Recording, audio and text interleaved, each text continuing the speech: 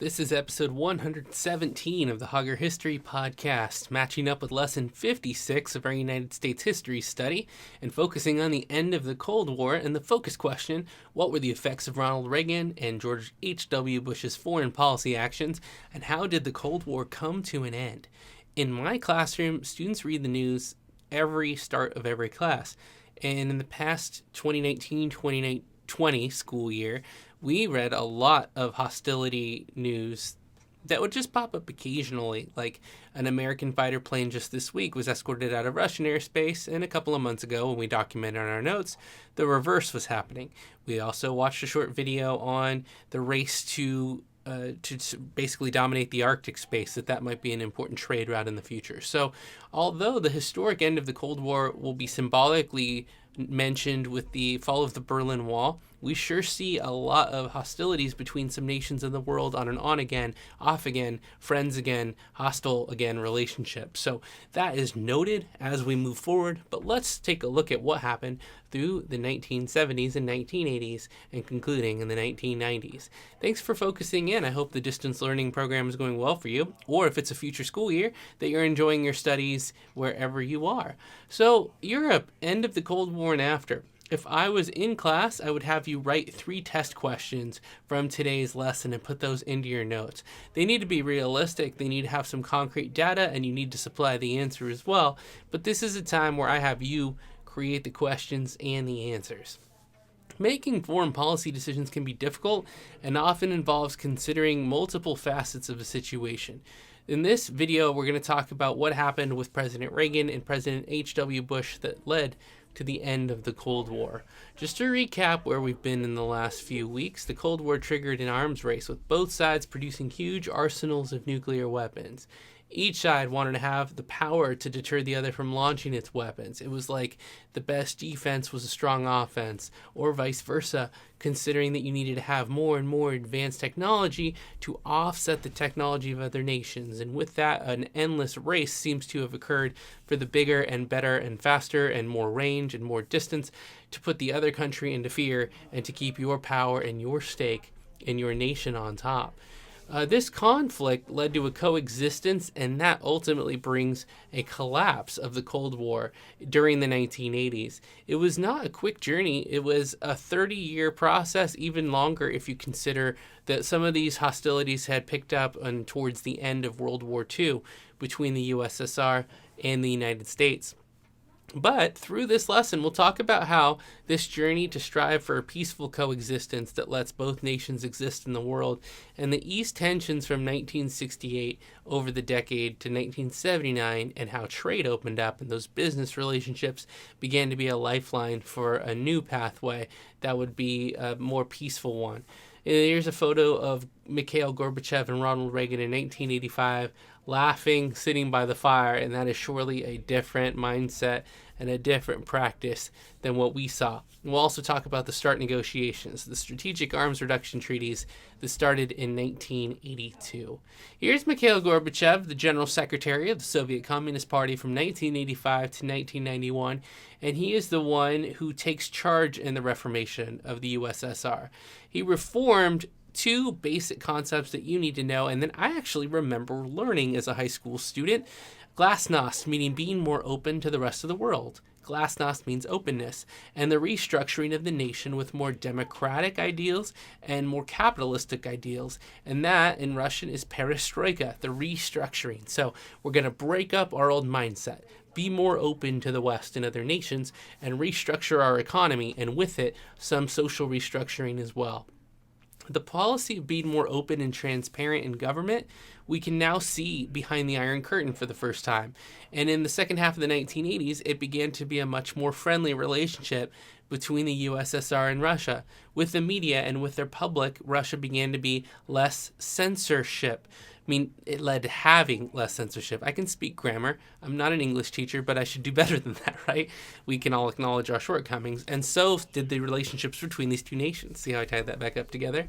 There's a greater freedom of information and the ability to pursue information.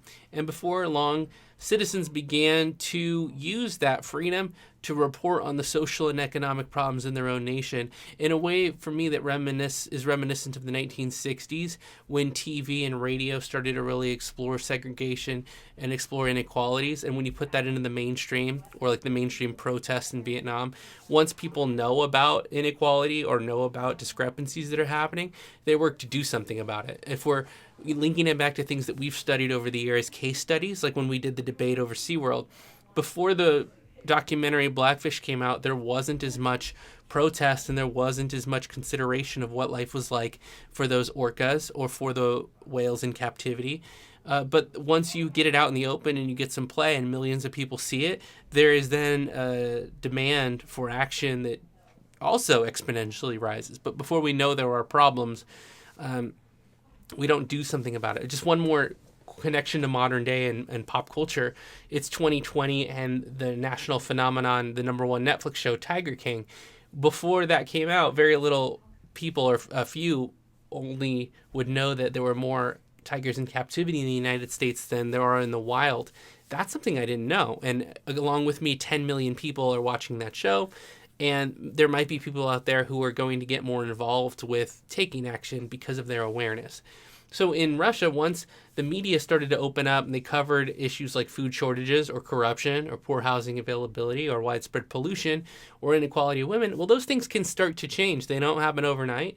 They don't happen over years. But over the decades that followed, knowing about the problems became a foundation for solving them. The restructuring referred to the Soviet political and economic system, saying basically the USSR stopped trying to control everyone in every facet of their life. It doesn't mean total freedom, but it's a stepping stone, and this is blamed on the cause that would result in a breakup of the Soviet Union and then the end of the Cold War altogether. And it's an interesting story that Gorbachev actually earned Man of the Year of Time magazine and began to be, I would say that you can't really disconnect it from the friendship and the companionship, if not the political savvy of Ronald Reagan being able to get in there and shift diplomacy instead of this arms race to find agreements to, as Reagan said, his personal mission was a world free of nuclear weapons. We have more than ever, but he began to negotiate the start of reduction in hostilities and reduction in arms. And that is probably something that a lot of people will want to give credit to Ronald Reagan for the start of discussions that he had and being present when that wall would fall. So the Strategic Reduction of Arms was signed in July of 1991. The treaty kept the countries from having more than 6,000 nuclear missiles and forced them to begin to get rid of some of their weapons. The breakup of the USSR resulted of the destruction of the Union Center, and many of the republics of the Soviet Union declared their independence and regarded themselves as nation states for the first time since World War II or even before that. Some of the reasons, the primary reasons, and I want you to know at least three of these, are that this whole thing exposed the flaws of communism. That when the USSR came to the United States and saw our grocery store, there's this story of Russian diplomats crying, realizing that the U.S. system had surpassed and superseded the ability to care for the people, to make money, and that middle-class citizens could afford to buy all their groceries and fill a full cart or vehicle full and then drive home. There's also the expense that communism was. All of those war efforts, all of those buildups and all those takeovers began to not really pay off to the ideals that they thought they would. The Truman Doctrine and the containment strategy worked in some areas, and I think a lot of Eastern European countries saw that democracy offered more opportunities for more people, and totalitarianism in that current system was not working. That also was triggered by the Chernobyl nuclear incident, the failures of the Afghanistan war, solidarity strikes in '88, the collapse of the Berlin Wall, and the Warsaw Pact falling apart as well. So as this USSR Soviet Union collapses, we get, of course, Russia, but 15 independent countries, including Georgia, the Ukraine, Moldova, Belarus, Armenia, and the list goes on and on. So this is a significant world history event and a significant event for the United States and their relationship with all of these nations as well. And now the map has to be completely rewritten, and a few more civil wars would follow. So this isn't final, but we have a drastic change in what the continent looks like. The wall is torn down, and Reagan calls for Gorbachev to tear down the wall. Of freedom and peace. Let's watch this together. Mr. Gorbachev, open this gate.